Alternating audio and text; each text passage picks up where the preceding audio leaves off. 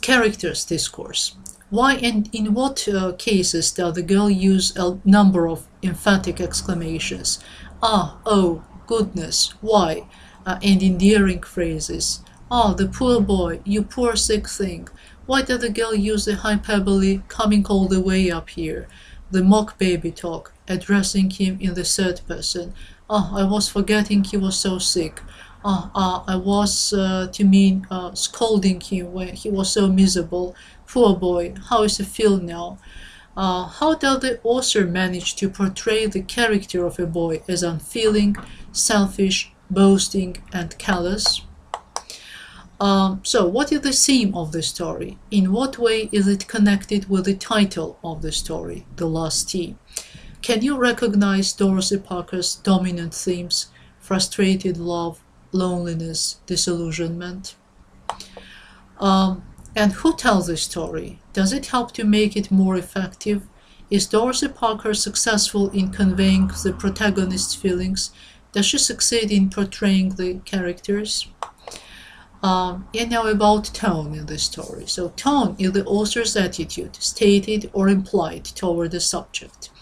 Some possible attitudes are pessimism, optimism, earnestness, seriousness, bitterness, humor, and joy. So an author's tone can be revealed through the choice of words and details. So what is the author's tone in the story, The Last Tea? And mood. So mood is the climate of feeling in a literary work. The choice of setting, objects, details, images, and words all contribute towards creating a specific mood in the story. For example, an author may create a mood of mystery around a character or setting, but may treat that character or setting in an ironic, serious, or humorous tone. So what is the mood of the story under discussion? So The Last Tea. Can you identify the difference between the tone and the mood? So what is the conflict in this story? How does the writer present the inner conflict of the protagonist? What do you learn from the exposition or introduction of the story? The young man in the chocolate brown suit sat down at the table, where the girl with the artificial camellia had been sitting for 40 minutes. The introductory sentence paragraph consists of 25 words only. So what does the verb tense had been sitting and the time indications inform the reader? Does the author want to suggest the disadvantage of the girl's position? How does the relation between the characters of the boy and the girl become clear to the reader? Does the author make any comments? What information does the reader get from the character's utterance below? I just got here myself, just about a second ago. I have not been here more than a minute. Why do you think the girl lies so emphatically? Does her lie come to clash with the opening phrase about 40 minutes wait? Why does she repeat the lie a second time? What events are included in the rising action of the story? In what way does the reference to the party and Carol McCall change the situation? What language means does the writer employ to tell the readers that utterances made by the characters are semantically disconnected? What language devices does the author use when the character lies?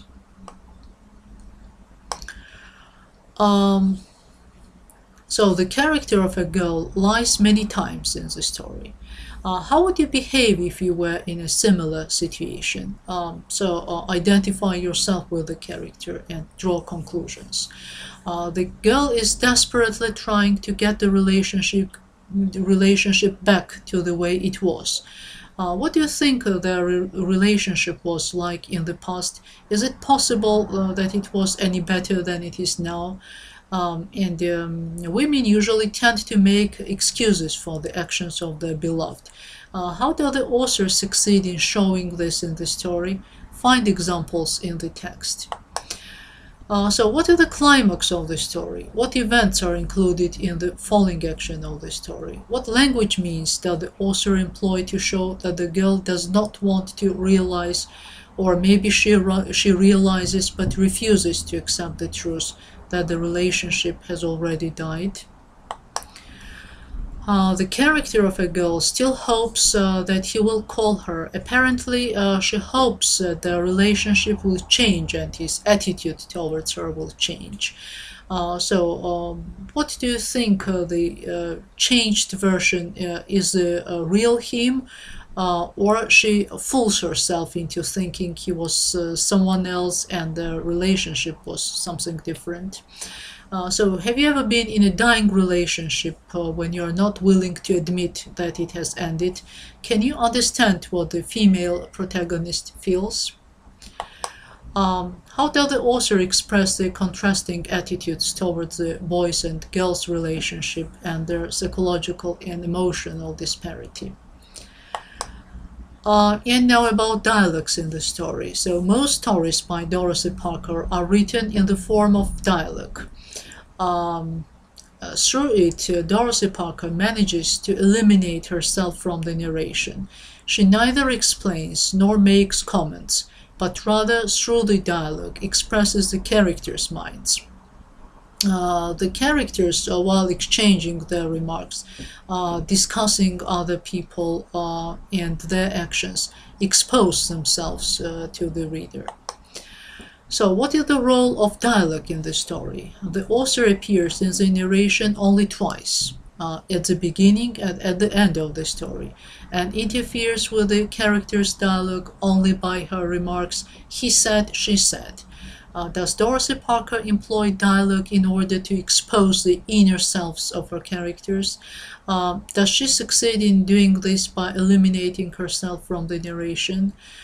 Is Dorothy Parker's aim to depict the emotional state of her characters? Does she succeed in this by employing dialogue?